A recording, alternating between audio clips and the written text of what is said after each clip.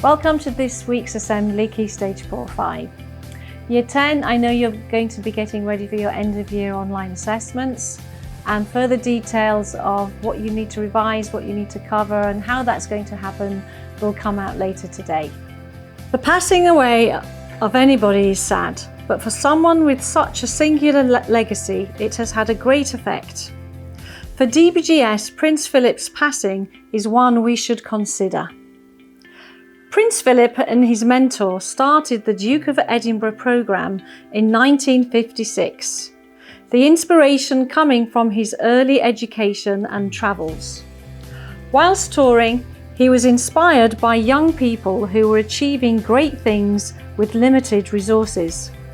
This reminded him of the self-reliance and independence he was taught from his time at Gordonston School.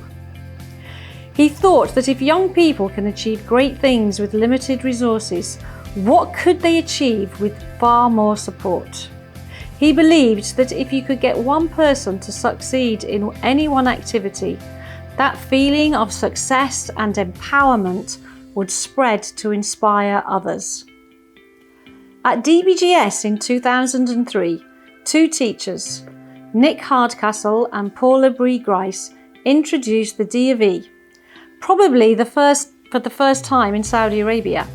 Since 2003, the Duke of Edinburgh has enabled more and more students and teachers to become involved and parents to help out in visiting countries such as Oman, Bahrain, China, Thailand, Vietnam, Cyprus and Nepal, including the Everest Base Camp, where many students gained their bronze, silver and gold awards. With the Duke of Edinburgh programme, students have had their lives changed. They've gone from blubbering wrecks lost in the desert, pleading for teachers to call their parents to collect them, or using every last gasp of breath to reach their destination at Everest Base Camp. As well as survival and navigation skills, students have learnt about leadership, camaraderie, and compassion.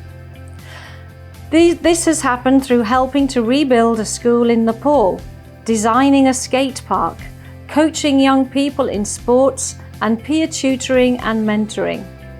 They developed new skills such as learning a new instrument or a new sport, a new language. The Duke of Edinburgh programme has even contributed to the success of one of our students being accepted into Cambridge University.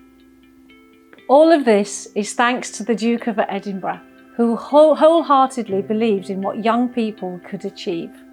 The Duke of Edinburgh.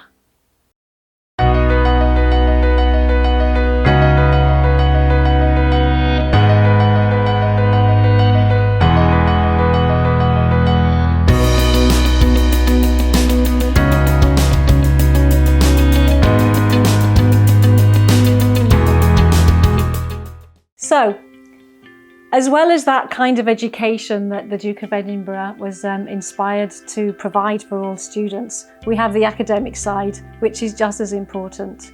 And so that's why we want to assess you in these upcoming end of year assessments. Later today, we'll be sending out details to help and guide you through that revision process. And you should be, even though you may be learning new concepts over the next few weeks, there shouldn't be any extra work to do on top of that to give you time to revise. And please don't stress about these assessments. They're to celebrate and for you to prove yourself in all the work that you've done this year.